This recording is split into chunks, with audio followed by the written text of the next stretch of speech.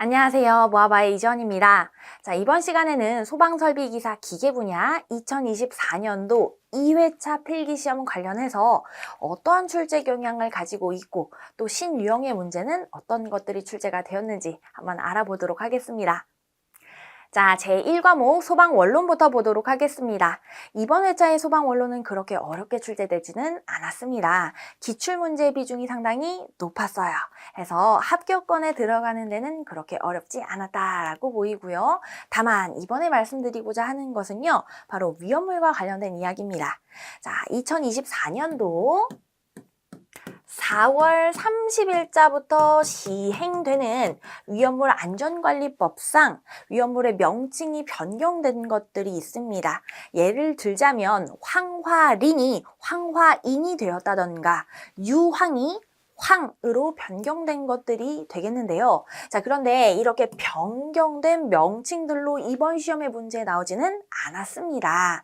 그래서 다음 회차 준비생 분들은요, 반드시 변경된 요 명칭으로 요 시험을 준비를 해 주셔야 되겠습니다. 자, 그런데 확연하게 달라졌다던가 그렇지는 않기 때문에 이전 명칭과 바뀐 명칭 둘 다 익히시는데 그렇게 어렵지는 않으실 거예요. 아셨죠? 자, 그러면 우리는 바로 넘어가서 신유형의 문제 두 문제 한번 풀어보도록 하겠습니다. 자, 먼저 위험물과 관련된 문제부터 풀어볼게요. 황린입니다. 자, 황린의 연소 생성물을 묻고 있습니다. 자, 연소 생성물 오산화인입니다. 자, 말 그대로 오산화. 산소가 5개가 있어야 해요. 그래서 오산화인 P2O5 요걸 골라주셨으면 정답 되겠습니다. 그래서 단순하게 연소 생성물 물어보는 문제가 하나 나왔는데, 자, 추가적으로 이번 회차에 나왔던 문제 중에 황린과 관련된 문제가 더 나왔어요. 네, 이것은 관연도에 기출된 문제입니다. 요것도 한번 추가로 보도록 할게요. 자, 황린, 정린이 서로 동소체라는 것을 증명하는데 가장 효과적인 것을 고르세요 라는 문제였는데요. 일단 동소체라는 것이 무엇일까요? 자, 동자는 같을 동자입니다. 즉, 이 원소 자체는 똑같아요. 똑같은 원소로 이루어져 있는데 그 배열 방법이나 배열 순서가 서로 달라서 서로 다른 성질을 갖는 물질을 동소체라고 합니다. 자, 그러면 서로 같은 원소로 이루어져 있으니까 이것을 연소시켰을 때 나오는 생성물은 똑같겠죠? 자, 해서 연소 생성물을 확인한다라고 하는 것이 정답이 되겠습니다. 해서 추가적으로 동소체와 관련된 문제도 봤고요. 자, 그럼 두 번째 신유형의 문제 보도록 하겠습니다. 화재 가혹도와 관련된 문제였는데요. 자, 보통 화재 가혹도에 나오는 선지들이 아니라 좀 새롭게 구성된 선지들이 나와서 이걸 신유형으로 파악을 했습니다. 자, 그러면 우리 화재 가혹도에 대해서 틀린 것을 골라라 라고 하는 문제 같이 한번 풀어볼게요. 자, 첫 번째 선지부터 가보도록 하겠습니다. 화재 가혹도란, 자, 화재 가혹도, 화재 심도 다 같은 말이죠. 화재의 어떤 심각한 정도, 가혹한 정도를 뜻하는 것입니다. 화재 시에 당의 건물과 그 내부의 수용 재산 등을 파괴하거나 손상을 입히는 정도를 뜻한다. 맞는 선지죠? 자, 그러면 화재 강도가 또 나왔는데요. 자, 화재 강도라고 하는 것은 단위 시간당 열의 축적률을 의미합니다. 그래서 이 온도, 높은 온도를 의미한다라고 보셔도 되겠죠? 그래서 이 화재 강도가 높을수록 열 축적률이 높을수록 화재 가혹도가 커집니다라고 하는 것은 맞는 선지가 되겠습니다. 자, 그 다음 선지, 화재 가혹도는 손실과 반비례한다. 땡, 틀렸죠? 자, 화재 가혹도라고 하는 것이 화재가 얼마나 심각한지, 화재의 가혹한 정도를 표현하는 것이다 라고 했는데, 자, 이것은 당연히 손실과 비례 관계가 되겠죠? 해서 반비례가 아니라 비례라고 했어야 옳은 선지가 되겠습니다. 자, 그 다음 네 번째 선지, 화재 하중이 같더라도 물질의 상태에 따라 가혹도는 달라진다. 오케이, 맞는 선지. 요거는 많이 보셨던 선지죠? 해서 요 위에 나와 있는 1번, 3번 선지가 조금 새로 나온 선지였다. 생소한 선지였다라고 보이지만 하지만 어렵지는 않은 문제였습니다. 자, 이렇게 해서 두 개의 문제 마무리하도록 하겠습니다. 자, 제2과목 소방 유체역학 보도록 하겠습니다. 자, 이번 소방 유체역학도 병이었다라고 하는 그러한 이야기들이 많이 있었습니다. 그래서 관연도에 출제되었던 문제들이 대거 많이 나왔고요. 그래서 신유형의 문제는 그렇게 많지는 않았습니다. 자, 그렇다면 그 와중에 신유형의 문제 두 문제 무엇이었는지 한번 살펴보도록 하겠습니다. 자, 첫 번째, 밀폐된 용기 1m의 삼승에 이상기체를 압력 400kPa, 온도 20도씨 상태로 담았다라고 합니다. 그때 기체의 질량을 묻고 있고요. 자, 단 정압비열은 0.9309kJ/kg 켈빈이라고 해서 CP가 주어져 있고, 자, 그리고 정적 비열 0.6661kJ/kg 켈빈, 바로 CV 값이 또 주어져 있습니다. 자, 그러면 이때 이상 기체에 대한 기체의 질량을 구하는 문제이고, 압력 조건, 온도 조건, 그리고 밀폐된 용기에 이상 기체가 담겨 있으니 이상 기체에 대한 부피, 최적을 1m의 삼승으로 볼 수가 있겠죠. 최적 조건까지 주어진 겁니다. 자, 그렇다면 구하라 라고 하는 것에 집중해서, 자, 기체의 질량을 구할 때 우리는 이렇게 온도 압력 조건 주어져 있다 라고 하면 이상기체 상태 방정식 이용하면 되겠죠? 자, 그럼 이상기체 상태 방정식 먼저 써봅니다. PV는 N분의 WRT가 되겠는데요. 이때 여기에서 이상기체라고만 말을 했지, 뭐 분자량이라던가 이런 것들을 우리한테 정보를 주지 않았습니다. 자, 그럼 조금만 더 볼까요? 단서 조항에 정압비열과 정적비열을 줬어요. 자, 그렇다면 정압비열과 정적비열의 차, 그것으로 우리는 기체 상수를 얻을 수가 있었죠. 이 기체에 대한 상수, 바로 특정 기체 상수가 되겠습니다. 알파, 즉 CP-CV 값이 알파가 됩니다. 라는 것을 기억을 해주시면 돼요. 자, 그렇다면 이 공식에서 N분의 R, 요게 바로 알파가 되는 것이죠. W 알파의 T, 요걸로 푸는 문제가 되겠습니다. 자, PV는 W 알파의 T에서 여기에서 기체의 질량을 구하는 것이므로, 자, 기체의 질량 W, 요걸 구해낼 겁니다. 나머지 싹 이항을 시키게 되면, 자, 그러면 W는 알바의 T분의 PV가 되겠습니다. 자, 그럼 여기에다가 값만 쏙쏙 넣어주면 끝나겠죠? 자, 그렇다면 밑에 알바부터 시작합니다. 자, 여기서 알바는요, 정압 빼기 정적 비열로 들어갑니다. 자, 정압 비열 0.9309 빼기, 자, 정적 비열 0.6661. 자, 여기에다가 곱하기, 자, 온도 들어가는데요. 이때 온도는 이상기체 상태 방정식이므로 절대 온도 들어가 줘야 되겠죠? 그래서 20도씨가 아니라 20 플러스 273 켈빈으로 들어가 줘야 되겠습니다. 자, 그 다음 요 분자로 올라가서 압력 넣어줄 텐데요. 자, 압력이 400kPa. 자, 킬로파스칼로 나와 있으니까 그대로 집어넣어도 되겠네요. 자, 400kPa 곱하기, 자, 이때의 최저 1m의 삼승 넣어주시면 되겠습니다. 자, 이때 단위 싹 소거하고 계산기에 돌려주면 킬로그램으로 답이 도출이 되겠고요. 그때 답은 5.16kg이 되겠습니다. 자, 그래서 여기서 중요한 것은 바로 기체 상수를 구할 때 정압비열에서 정적비열을 뺍니다 라고 하는 거, 요거를 좀 잘 기억을 해 주시고 계셨다면 이상기체 상태 방정식을 이용하는 것은 어렵지 않으셨을 것 같습니다. 자, 그럼 두 번째 문제 한번 풀어보도록 하겠습니다. 자, 어느 일정 길이의 배관 속을 매분 200리터의 물, 자, 여기서 매분 200리터라고 했으니까 200리터/민 의 유량, 최적 유량의 물이 흐르고 있다라고 정보가 주어지는 것이죠. 자, 이때의 마찰 손실 압력이 0.02MPa입니다. 라고 나와 있습니다. 자, 이럴 때에 물의 흐름이 매분 300리터로 증가했다라고 해요. 자, 200리터/민에서 300리터/민으로 증가했다라는 것이죠.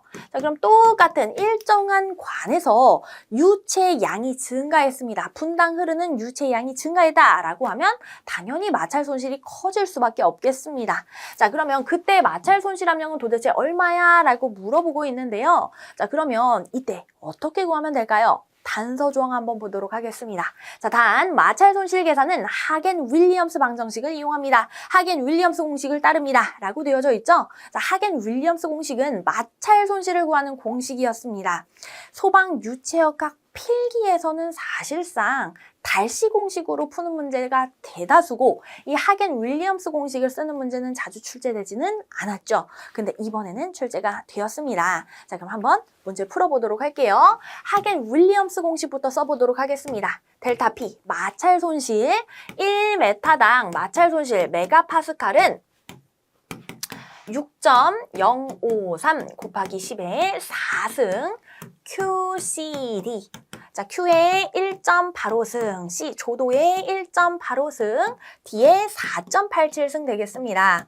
자, 여기까지만 계산을 한다면 1m당 마찰 손실, 메가파스칼을 얻을 수가 있는 것이고, 만약 나는 배관 전체 길이에 대한 마찰 손실을 구하고 싶습니다 라고 한다면 이 전체에다가 곱하기 L미터, 배관의 길이를 곱해 주셔야만 전체 배관에 대한 마찰 손실을 구할 수가 있겠죠. 자, 그러면 우리는 이 공식에서 무엇을 얻을 것이냐면요, 바로 이 유량과 마찰 손실과의 관계입니다. 자, 유량과 마찰 손실과의 관계를 한번 뽑아내 볼게요. 자, 마찰 손실 델타 P는요, Q의 1.85승에 비례합니다 라는 것을 얻을 수가 있겠습니다. 자, 그러면 한번 밑에다가 써보도록 할게요. 델타 P는 비례합니다. 어디에요? Q, 유량의 1.85승에. 요 비례식을 가지고 우리는 문제를 풀어볼 겁니다. 자, 근데 문제를 풀기에 앞서서 요 식에서 좀 중요한 내용이 있어요. 뭐냐 하면 단위입니다. 자, 하겐 윌리엄스 방정식은요, 요 단위가 굉장히 중요해요. Q에 들어가는 단위는 리터 퍼 민이 들어가야 되겠고요. 유량. 자, 그리고 C, 조도. 배관의 거칠거칠한 정도를 나타내는 것이기 때문에 단위가 없습니다. 자, 그리고 D는 배관의 내경이 되겠고요. 이 배관의 내경 단위는 밀리미터가 되겠습니다. 그래서 이건 나중에 실기에서도 굉장히 중요하니까 단위와 함께 식은 암기해 주셔야 되겠고요. 자, 여기에서 우리가 이 비례식을 가지고 문제를 풀 것이기 때문에 본식은 지우고 문제 한번 풀어보러 가겠습니다. 자, 여기에서 일단 첫 번째 200리터 범인이 흐를 때의 마찰 손실을 알고 300리터 범인이 흐를 때의 마찰 손실 구해봐 라고 하는 것이니까, 자, 요렇게 한번 식을 세워볼게요. 비례식. 우리는 Q1만큼의 유량 200리터 범인이 흐를 때 Q1의 1.85승은 자, 요 마찰 손실 델타 P1 여기에 비례한다라는 것이고요. 자, 그러면 이 관계 똑같이 나중 마찰 손실과 나중 유량을 한번 써주면 되겠죠? 델타 P2 대 Q2의 1.85승 이렇게 써주면 되겠습니다. 자, 그럼 이제는 값을 한번 대입해 보도록 할게요. 자, 델타 P1 첫 번째 마찰 손실 유량이 200리터 퍼 민이 흐를 때 200의 1.85승 자, Q1이 200리터 퍼 민일 때 그때의 마찰 손실이 0.02 메가파스칼이었습니다. 자, 이것은 우리가 구하고자 하는 바는 델타 P2가 되겠습니다. 자, 델타 P2 내가 구하고자 하는 바 이거 대. 자, 나중에 증가한 유량은 300리터 퍼 민. 300의 1.85승 이렇게 써주시면 되겠죠? 자, 그럼 내항의 곱은 외항의 곱과 같습니다 라고 해서 식을 세워주시면 우리는 델타 P2 메가파스칼로 답을 뽑아낼 수가 있겠습니다. 자, 계산한 결과 한번 보도록 할게요. 자, 계산하면 0.042 메가파스칼이 나와서요. 답은 2번 골라주시면 정답 되겠습니다. 자, 이렇게 해서 두 개의 문제 마무리해 보도록 할게요. 네, 이어서 제3과목 법규 나가보도록 하겠습니다. 자, 우리 법규에 있어서는요, 첫 번째, 소방시설 관리업자가 등록 기준에 미달하게 된 경우 2차 위반했을 때 행정처분 기준을 고르랍니다. 조금 어렵게 출제가 된 내용입니다. 아시겠죠? 벌금, 과태료, 그것에 관해서 문제가 주어진 것이 아니라 행정처분입니다. 영업정지 몇 개월인지 혹은 경고에 끝날 것인지. 자, 우리 소방시설 관리업자가 등록 기준에 미달하게 된 경우 1차 위반했네요. 그러면 경고가 주어질 것이고요. 2차 위반했네요. 그러면 그쵸, 영업정지 3개월입니다. 3차 위반했네. 그러면 바로 등록 취소에 해당이 됩니다. 소방시설 관리업자는 등록 기준에 미달하면 안 되죠. 정답은 지금 2차 위반했기 때문에 영업정지 3개월이다 체크해 주시고, 자, 다시 한번 우리 법을 제가 가지고 왔습니다. 요 사항은요, 소방시설 관리업자에 대한 행정처분 기준, 소방시설 설치 및 관리에 관한 법률, 시행규칙, 별표 8번에 명시가 되어져 있는 사항입니다. 자, 별표 8 행정처분 기준 나 사항 한번 보시면 소방시설 관리업자에 대한 행정처분 기준이 나오고 있어요. 자, 우리 시험 문제 출제가 된 건 먼저 보고 1, 4, 5 보도록 하겠습니다. 시험 문제 출제가 된 것은 우리 소방시설 관리업자가 등록 기준에 미달하게 된 경우, 다만, 자, 그리고 다만 기준도 문제에 명시가 되어져 있었습니다. 기술 인력이 퇴직하거나 해임되어서 30일 이내에 재선임에서 신고한 경우는 제외하고, 소방시설 관리업자가 등록 기준에 미달한 경우 1차 위반했네, 적발되었네, 경고. 2차 위반했네, 영업정지 3개월. 3차 이상이네, 등록 취소. 체크해서 나중에 또 출제가 될 수도 있어요. 암기해 주시면 좋겠습니다. 자, 이 외에 우리 여태까지 시험에 출제가 된 것은 1차 위반 적발되었을 때 바로 등록 취소되었던 부분이었죠. 첫 번째, 거짓이나 그 밖의 부정한 방법으로 등록했답니다. 거짓 부정 방법으로 등록했네. 1차 적발되었을 때 바로 등록 취소였습니다. 자, 두 번째는요, 결격 사유에 해당하는 경우. 세 번째, 빌려준 경우, 대여해준 경우 바로 등록 취소에 해당이 된다. 자, 그리고 요 사항들 외에 앞으로는 요 마지막 6번도 출제가 될 수도 있겠더라고요. 첫 번째, 점검 능력 평가를 받지 않고 자체 점검을 한 경우 1차 1개월, 2차 3개월, 3차 등록 취소. 여기까지 보고 넘어갈게요. 자, 이어서 두 번째 문제 풀어보도록 하겠습니다. 소방시설 설치 및 관리에 관한 법령상 특정 소방 대상물 중 운수시설에 해당하지 않는 것을 골라보시오. 자, 운수시설에 해당하지 않는 것, 우리 오랜만에 거의 신유형 문제로 출제가 되었다라고 생각을 해주시고요. 여객 자동차 터미널, 철도 정비창, 요 정비창 때문에 많은 분들이 헷갈리셨을 거다라고 생각을 합니다. 정비창이 들어가져 있어서 요거 조금 어색한 단어인데 얘가 정답 아니야 하고 고르신 분들이 계실 것 같아요. 자, 세 번째, 공항시설. 자, 얘네 세 개는 전부 다 운수시설 맞죠? 마지막 물류터미널은요, 터미널 생각해서 얘 운수시설 아니야 라고 생각하시면 안 되고, 물류터미널은 창고시설에 해당이 됩니다. 따라서 정답은 4번이 되겠습니다. 자, 그래서 우리 법을 한번 같이 보고 끝내도록 할게요. 법 보시면 소방시설 설치 및 관리에 관한 법률 시행령 별표 2번 특정 소방 대상물에 명시가 되어져 있습니다. 자, 운수시설은 가나, 다라 4개가 있죠. 여객 자동차 터미널, 철도 및 도시철도 시설. 자, 근데 여기서 정비창을 포함한다라고 되어져 있습니다. 따라서 아까 전에 있었던 보기 2번은 맞아요. 자, 세 번째, 공항시설. 항공관제탑 포함합니다. 나중에 항공관제탑 나오면 얘도 운수시설이구나 라고 생각해 주시면 되는 것이고요. 항만시설 및 종합여객시설 전부 다 운수시설 맞죠? 자, 창고시설 보도록 할게요. 창고시설 보시면 창고, 하역장, 물류터미널, 집배송시설. 물류터미널 있죠? 얘는 창고시설에 해당이 된다. 자, 제4과목 소방기계시설의 구조 및 원리 보도록 하겠습니다. 자, 이번 과목은요, 신출문제의 비중이 조금 높았습니다. 4~5문제가량이 신출문제였는데, 근데 이 과목 특성상 암기 형태의 문제가 많죠? 자, 그렇기 때문에 암기를 제대로 해두셨으면 문제가 조금 변형되었더라도, 신출문제더라도 맞추셨으리라 라고 생각을 하고 있습니다.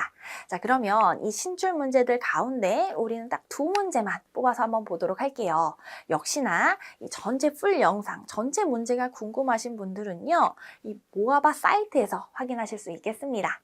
자, 그러면 첫 번째, 연결 송수관 설비의 화재 안전 기술 기준에 따라 배관을 습식으로 설치해야 하는 특정 소방 대상물은 무엇인가? 라고 묻고 있죠. 일단 항상 설비를 먼저 보셔야 됩니다. 연결 송수관 설비가 되게 되겠고요. 이때 배관을 습식으로 설치를 해야 하는 특정 소방 대상물을 묻고 있습니다. 자, 그럼 그 설치 기준은 알고 계시죠? 자, 두 가지였는데요. 먼저 높이 기준이었습니다. 지면으로부터 31m 이상인 특정 소방 대상물, 높이가 31m 이상인 특정 소방 대상물, 그거 하나.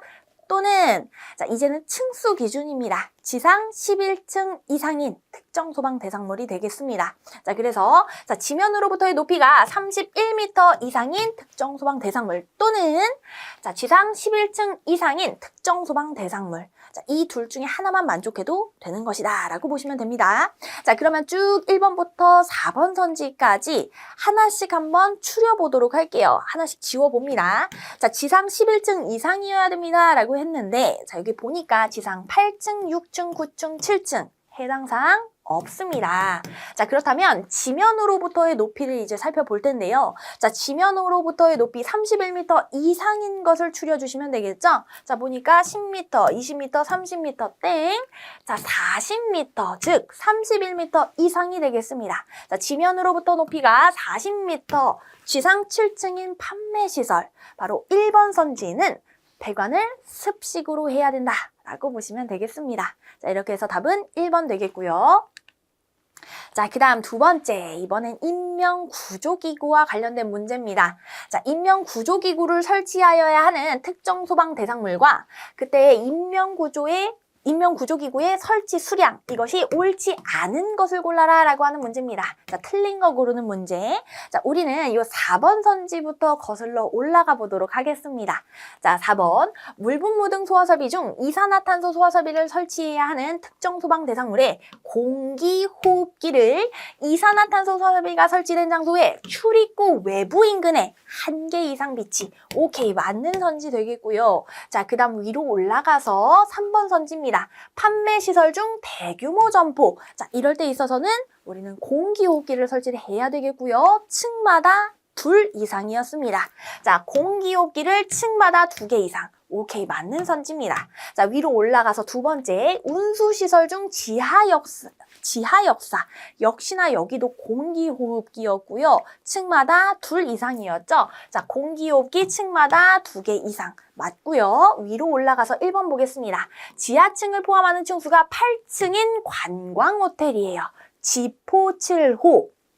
지포 5병 기억나실까요? 지하층을 포함하는 층수가 7층 이상인 관광호텔에는 자, 방열복 또는 방화복 그리고 인공소생기 하나가 빠졌네요. 공기호흡기까지.